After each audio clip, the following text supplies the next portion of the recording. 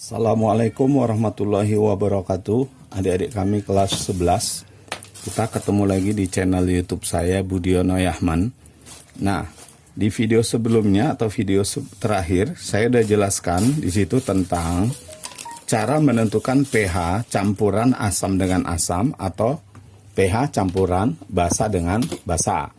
Nah, kelanjutan dari video itu adalah tentang penggaraman. Tapi sebelum kita belajar reaksi-reaksi dalam larutan atau biasa guru di sekolah menyebutnya dengan penggaraman, ada baiknya kita kuasai dulu tentang oksida. Karena di dalam penggaraman itu nanti ada digunakan istilah-istilah oksida. Nah, untuk itu adik-adik perlu pahami dulu apa itu oksida. Oksida itu adalah persenyawaan suatu unsur dengan oksigen. Itulah pengertian dari oksida, persenyawaan suatu unsur dengan oksigen. Contoh, misalnya ada unsur karbon. Karbon ini oksidanya ada CO. Nah, CO ini disebut namanya karbon monoksida. Ada kata oksida belakangnya. Kemudian contoh lain yaitu CO2, karbon dioksida. Jadi oksida dari karbon itu bisa karbon monoksida, bisa karbon dioksida. Kemudian kalau natrium. Nah, natrium ini unsur oksidanya adalah Na2O. Nah, kemudian kalau kalsium ini unsur oksidanya adalah CaO, kalsium oksida ya. Kemudian Fe, besi, ini unsur. Nah, oksida besi itu ada dua macam. Ada FeO, besi 2 oksida, dan ada Fe2O3 yaitu besi 3 oksida ya. Kemudian belerang. Nah, oksida belerang itu ada SO2 sulfur dioksida dan ada SO3 sulfur trioksida. Nah, nitrogen ini memiliki oksida yang lebih banyak lagi. Oksida nitrogen itu ada NO, kemudian ada N2O, lalu ada N2O4 ya. Kemudian ada NO2 ya. Ada N2O5. Nah, itu. Kalau fosfor oksidanya ada P2O3 dan ada P2O5 dan sebagainya. Jadi oksida itu adalah persenyawaan suatu unsur dengan oksigen. Nah, kalau oksida-oksida ini kita larutkan ke dalam air, nanti ada yang bisa menghasilkan asam. Ada oksida yang kalau kita larutkan ke dalam air menghasilkan basa. Dan ada oksida kalau dilarutkan ke dalam air, dia bisa menghasilkan asam, bisa menghasilkan basa. Dan ada oksida yang kalau dilarutkan ke dalam air, tidak menghasilkan asam dan tidak menghasilkan basa. Nah, berdasarkan hasil larutannya dalam air, maka oksida itu nanti kita bagi menjadi 4. Ada yang disebut namanya oksida asam, ada yang disebut oksida basa, ada oksida amfoter, dan ada oksida indiferen. Nah, kita akan bahas satu persatu. Ingat, istilah-istilah ini perlu adik-adik kuasai nanti supaya waktu kalian masuk reaksi-reaksi dalam larutan atau biasa disebut penggaraman, kalian tidak menemukan kesulitan. Sekarang kita lihat yang pertama, oksida asam. Apa itu oksida asam? Oksida asam itu adalah senyawa oksida yang kalau dilarutkan ke dalam air menghasilkan asam. Nah, biasanya oksida-oksida asam ini itu dibangun oleh unsur-unsur non-logam. Maka oksida asam ini biasa disebut dengan oksida non-logam. Contoh, misalnya belerang, S. Belerang itu sulfur. Nah, salah satu oksida dari sulfur adalah SO3. S ini non-logam, maka oksidanya ini adalah oksida asam. Sehingga kalau dia dilarutkan ke dalam air, maka senyawa yang terbentuk adalah asam. Asam apa? Ya gini aja, hanya ada dua,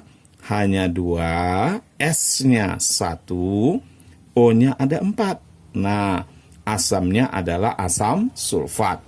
Jadi kalau belerang trioksida kita larutkan ke dalam air, maka akan menghasilkan larutan asam, yaitu asam sulfat.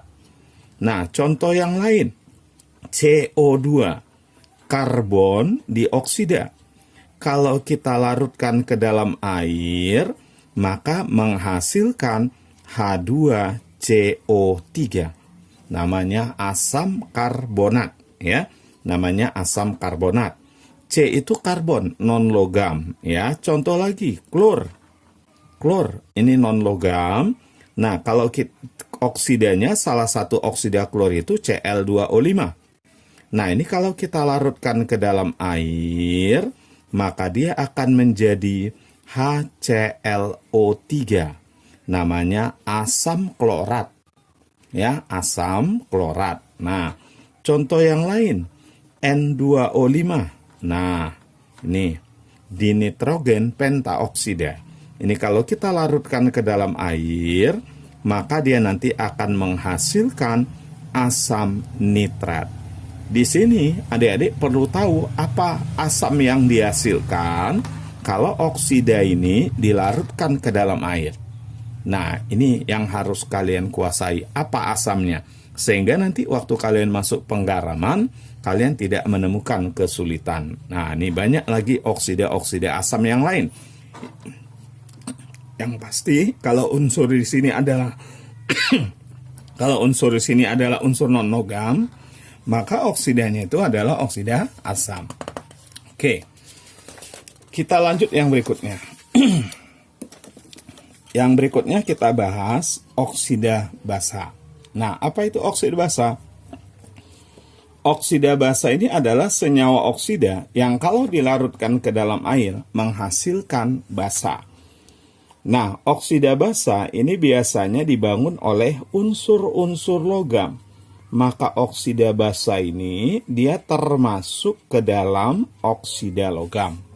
Jadi biasanya unsur-unsur logam pembentuk oksida basa. Maka oksida basa disebut juga dengan oksida logam. Oksida basa ini kalau kita larutkan ke dalam air, dia nanti menghasilkan basa. Contoh ya, misal natrium ini logam. Nah, oksidanya itu adalah Na2O. Nah, Na2O kalau kita larutkan ke dalam air, maka dia akan jadi basa. Apa basanya? Basanya adalah NaOH, natrium hidroksida. Nah, contoh lain, kalau misalnya CaO, kalsium, ini logam, maka CaO itu oksida logam, berarti oksida basa. Kalau kita larutkan ke dalam air, maka dia nanti akan menghasilkan basa. Apa basanya? CaOH 2 kali. Nah, ini kenapa ada yang 1, ada yang 2. Nah, itu tergantung bilangan oksidasi logamnya. Kalau pada Na2O, bilangan oksidasi Na positif 1. Maka 1lah OH-nya. Di sini, pada CaO, bilangan oksidasi Ca itu positif 2. Maka 2 ini. Ya. Nah, contoh lain. Barium. Nah, oksidanya barium oksida. Ini kalau kita masukkan ke dalam air, maka dia akan menjadi BaOH 2 kali. Karena Ba bilangan oksidasinya positif 2. Contoh lain, misalnya besi, Fe2O3, salah satu oksidanya. Ya. Nah, ini kalau kita larutkan ke dalam air, besi itu logam, maka oksidanya adalah oksida basa. Jadi kalau dilarutkan ke dalam air, dia nanti menjadi basa. Apa basanya? FeOH 3 kali. Kenapa 3 kali? Karena bilangan oksidasi Fe di sini adalah positif 3. Ya, jadi positif 3, FeOH 3 kali. Nah, kemudian contoh yang berikutnya, ya, magnesium, MgO. Nah, oksidanya MgO. Kalau kita larutkan ke dalam air, tentu dia jadi MgOH 2 kali. Karena di sini Mg positif 2. Contoh berikutnya lagi kalium. Nah, kalium itu oksidanya K2O. Kalau dilarutkan ke dalam air, maka akan menjadi KOH. Kenapa cuma satu? Karena K itu bilangan oksidasinya positif 1. Oke, baik. Itu oksida basa dibangun oleh unsur logam. Maka karena ini logam, oksida basa itu merupakan oksida logam. Yang berikutnya ada oksida amfoter. Nah, oksida amfoter ini adalah oksida dari unsur logam atau oksida dari unsur metaloid yang bisa bersifat sebagai oksida asam, bisa bersifat sebagai oksida basa. Nah, oksida asam tadi kita bilang oksida yang kalau dimasukkan dalam air jadi asam. Oksida basa itu oksida yang kalau dimasukkan ke dalam air dia jadi basa. Nah, jadi oksida amfoter itu adalah oksida unsur-unsur logam ataupun oksida unsur-unsur metaloid yang kalau dilarutkan ke dalam air bisa jadi asam, bisa jadi basa. Contohnya ini aluminium. Aluminium nih unsurnya, oksidanya adalah Al2O3. Nah, Al2O3 ini adalah oksida amfoter. Maka kalau kita masukkan dia ke dalam air, akan bisa menghasilkan H3AlO3 atau AlOH 3 kali. Nah, jadi asamnya ini bersifat asam amfoter. Basanya juga bersifat basa amfoter. Apa artinya basa amfoter? Nah, gini. Basa biasanya bereaksi dengan asam. Tapi basa amfoter ini adalah basa yang selain bisa bereaksi dengan asam, juga bisa bereaksi dengan basa kuat. Nah, begitu juga asam amfoter. Asam pada umumnya bereaksi dengan basa. Tapi asam amfoter selain bisa bereaksi dengan basa, dia juga bisa bereaksi dengan asam kuat. Nah, jadi itu pengertiannya ya, asam amfoter, basa amfoter. Nah, Zn ini unsurnya, kalau oksidanya ZNO. ZNO ini adalah oksida amfoter. Maka dia bisa membentuk asam amfoter, bisa membentuk basa amfoter kalau dilarutkan ke dalam air. Pb unsurnya, oksidanya PbO. PbO ini kalau kita larutkan ke dalam air, bisa membentuk asam amfoter, dan bisa membentuk basa amfoter. Nah, ini lengkap tabel-tabelnya. Di sini tabelnya ini sudah saya lengkapi. Adik-adik, ini perlu kalian kuasai. Terutama nanti kalau kalian akan menghadapi SIMA UI, SBMPTN, kemudian lagi UM-UGM. Nah, ini diperlukan ya. Jadi tabel ini kalian kuasai. Timah, nah ini oksidanya ada dua macam, ada SNO, ada SNO2. Nah, maka dia akan bisa membentuk asam amfoter, bisa membentuk basa amfoter. Ingat, jumlah OH sesuai dengan bilangan oksidasi unsurnya ya. Krom, nah ini bisa membentuk asam amfoter, basa amfoter. Ini adalah oksida-oksida amfoter semua. Oke. Kemudian kita lanjut yang berikutnya, oksida indiferen.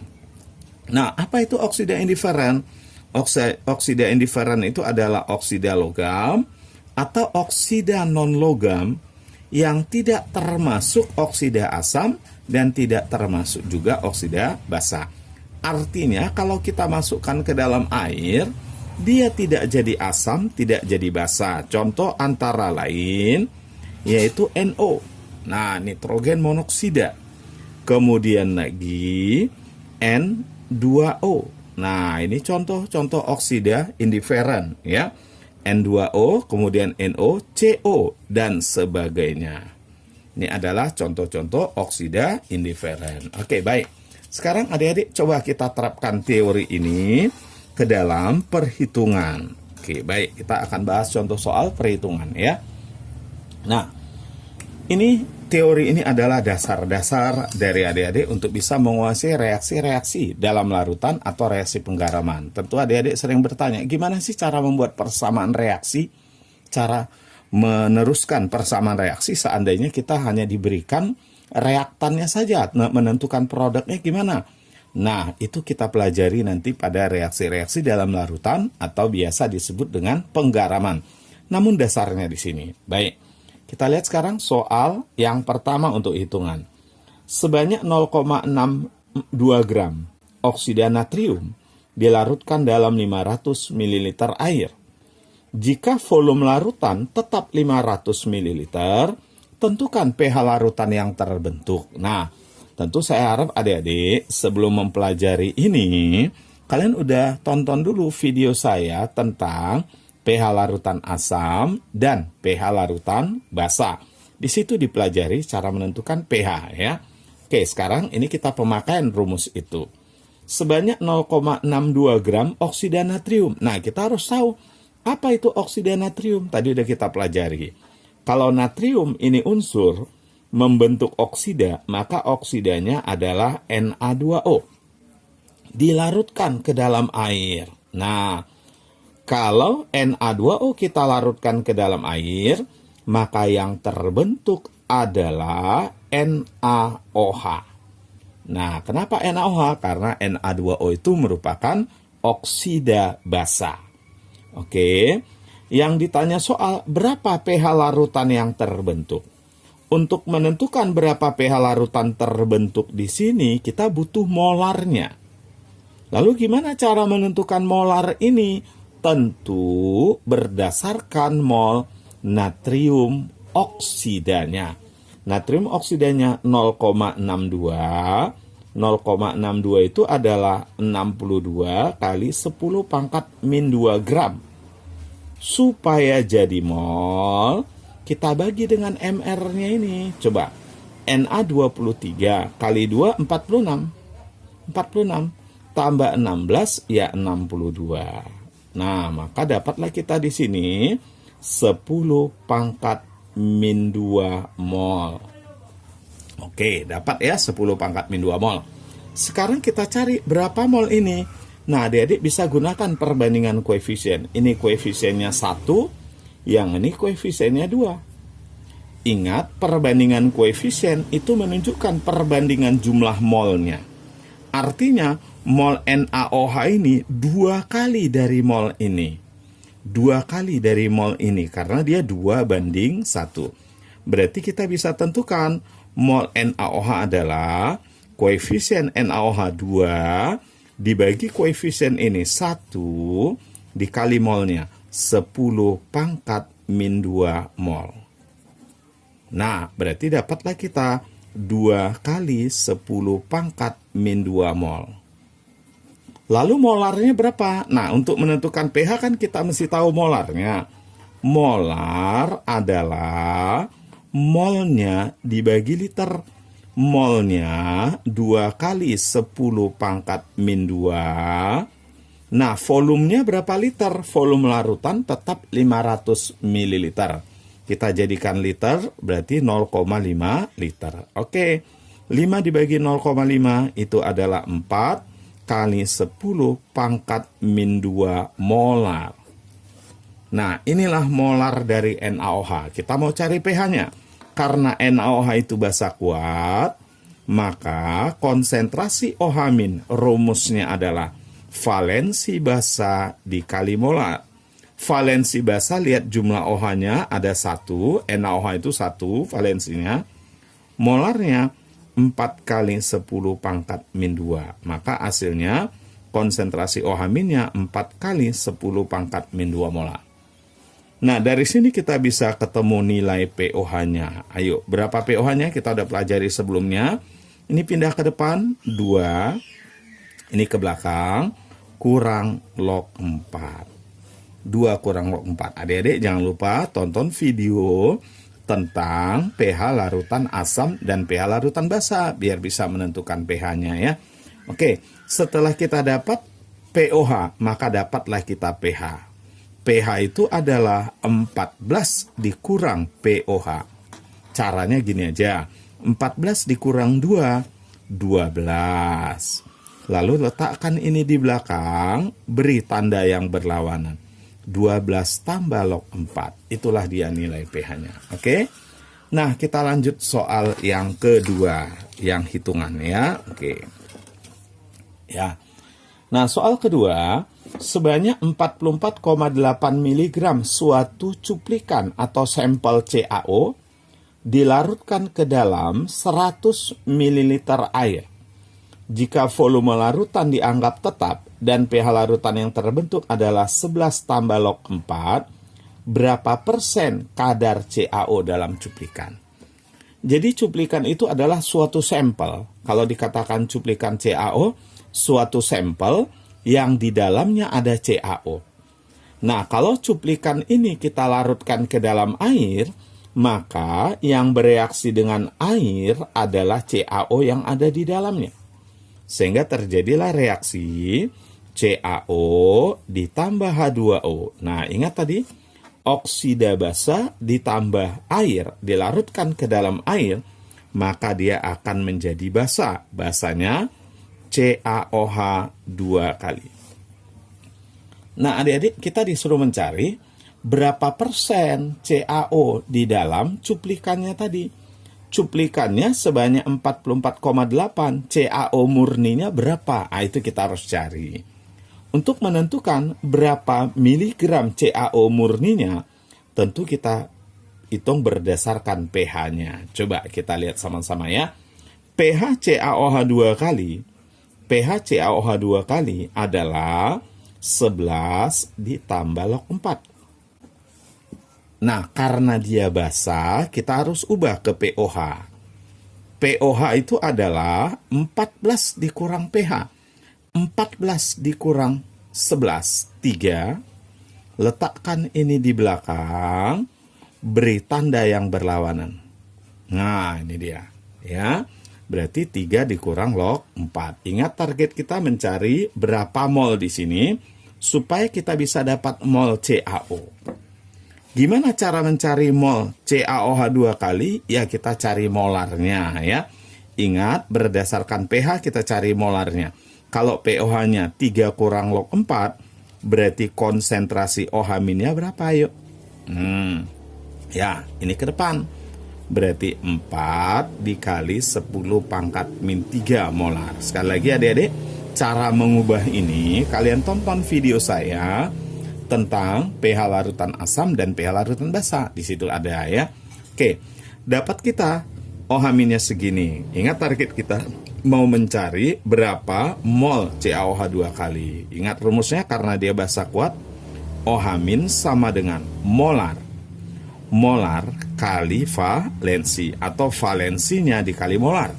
Molar itu adalah mol kali 1000 dibagi volume. Nah, kita mau cari molnya.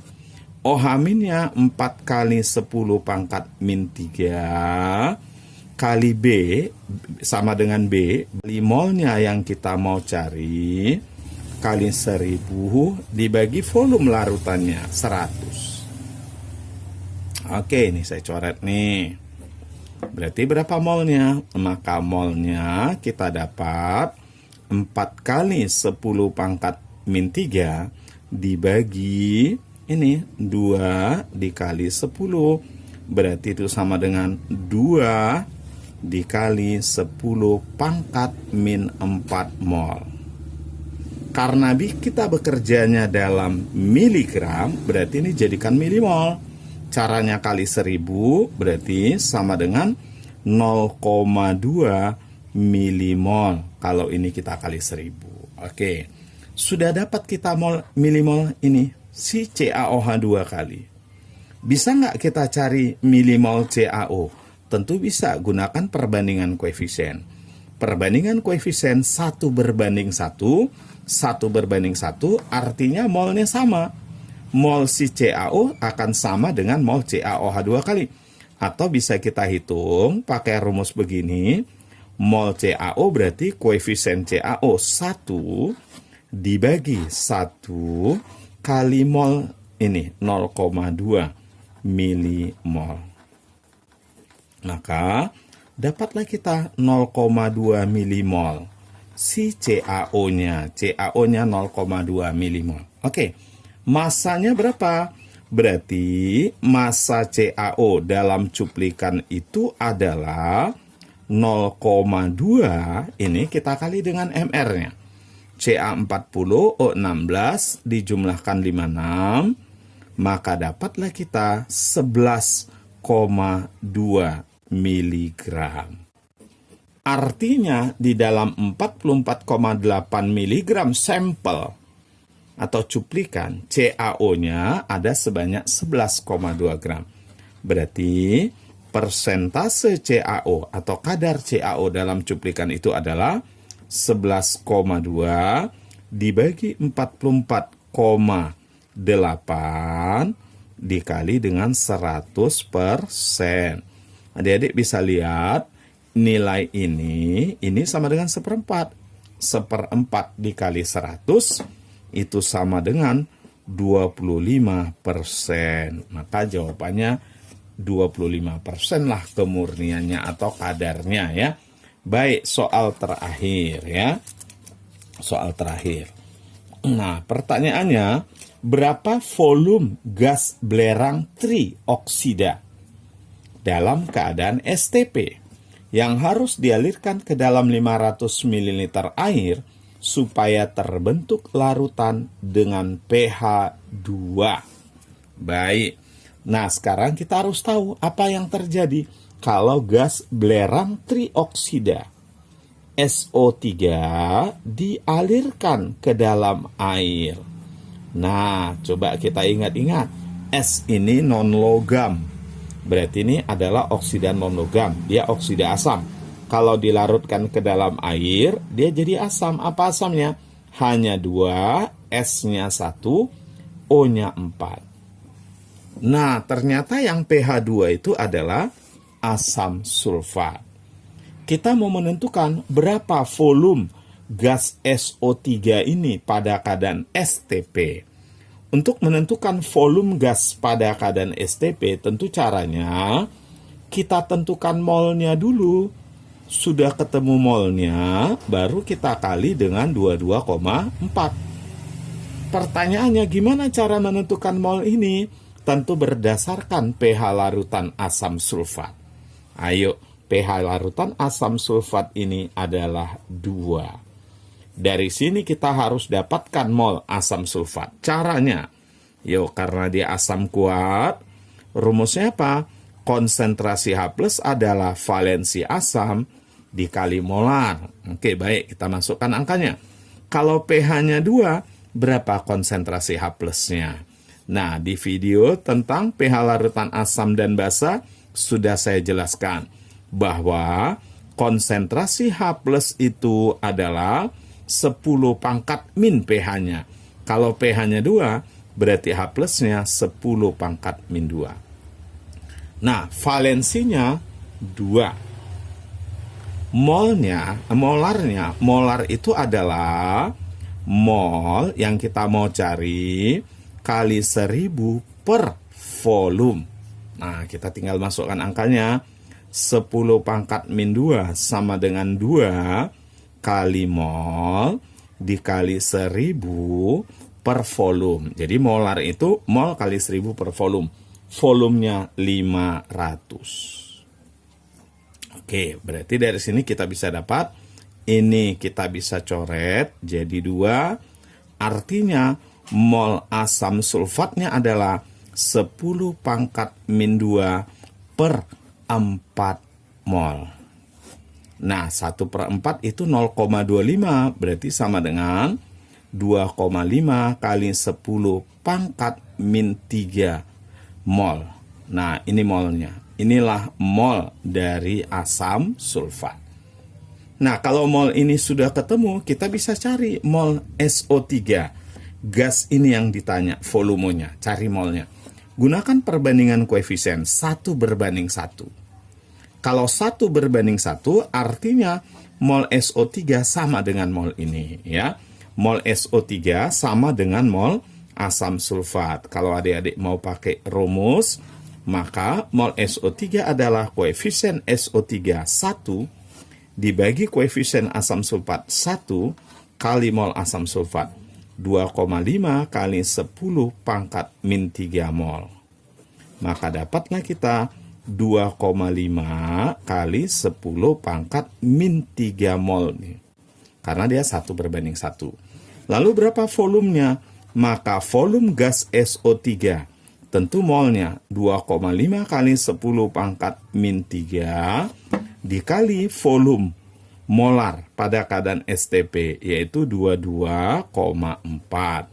Nah, ini kalau kita kalikan 56, ini dikali ini 56 kali 10 pangkat min 3 liter, atau sama dengan 56 mililiter. Oke adik-adik, jangan lupa klik tombol like, subscribe, share, dan tulis komentar adik-adik tentang video yang saya bagikan ini, supaya kalian dapat terus video-video terbaru dari saya, ya. Oke, jangan lupa terus berlatih, jangan malas belajar, berlatih terus ya.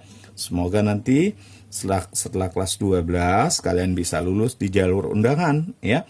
Terima kasih. Assalamualaikum warahmatullahi wabarakatuh.